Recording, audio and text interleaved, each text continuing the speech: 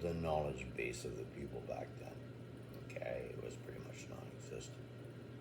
Jesus, who was of royal lineage, okay, was taught all these things which he was able to apply. When he was done applying it, okay, and he died, he passed that information on to Judas. Judas wound up dying. Peter wound up ignoring all these pieces of information that Christ left. So we lost the ability to keep these places going.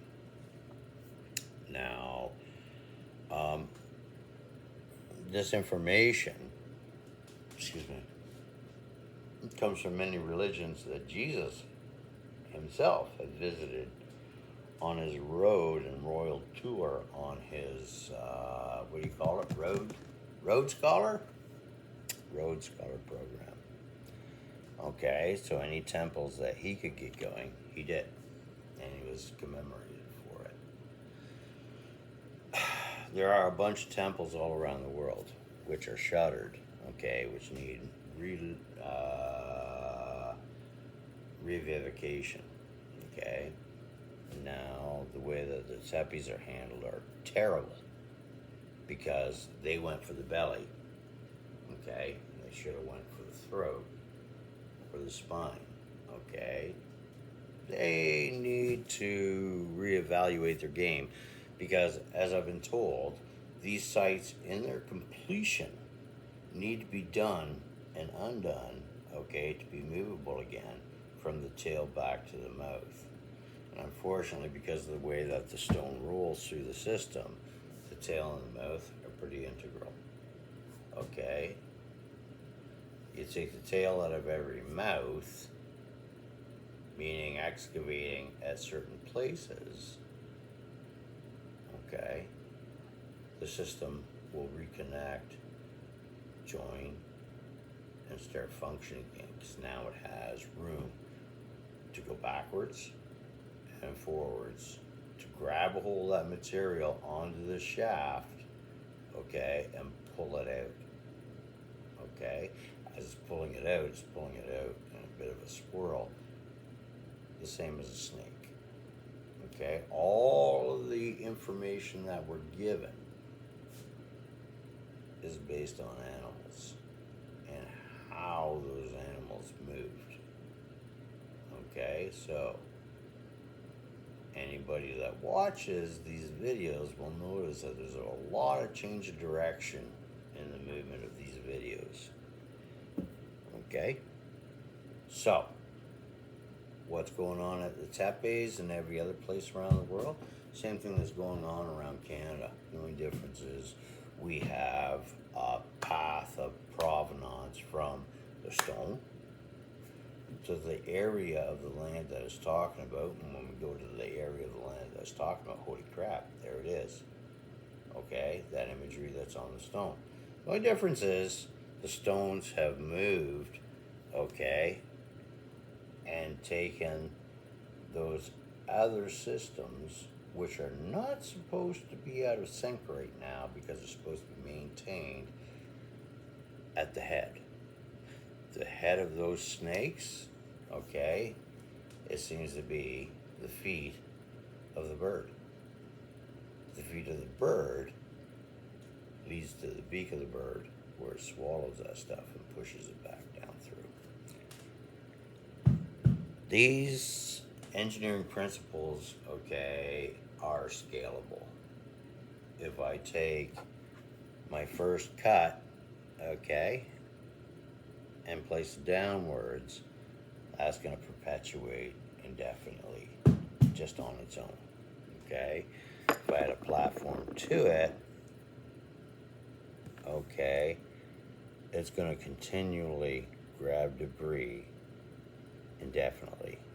Right now, most Canadians, Canada's sites are controllable because they are in water right now. We just have to find the heads on the land and give it actual coordinates.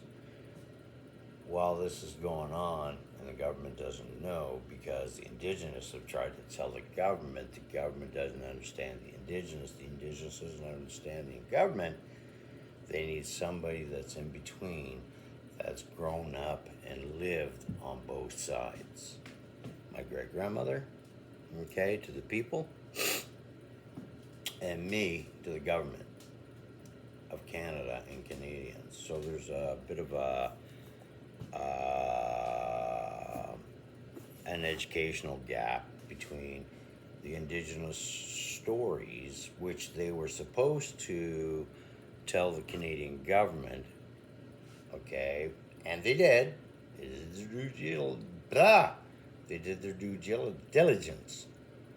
But the thing is that the Canadian government didn't understand because they didn't have a translator. Now, because I was born in between, I was supposed to be, according to my great grandmother, somebody who was an educator. On the government side, the government feels that all government education is covered by them. I see some gaps in between there that could be filled in by the indigenous, myself, and the government. Once the government gets involved, they can distribute between who gets the information to ferret out going forward. I don't care, okay, because I've already got my stuff all ready to go. I'm just waiting for better weather. As you can see, it's snowing right now. And this is going to solve quite a few problems of mine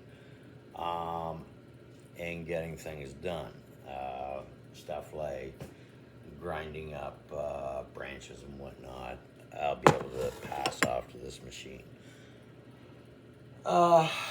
If I add water, it's going to go to the garden. If it goes to the garden, it's going to flush through. If I build in gates.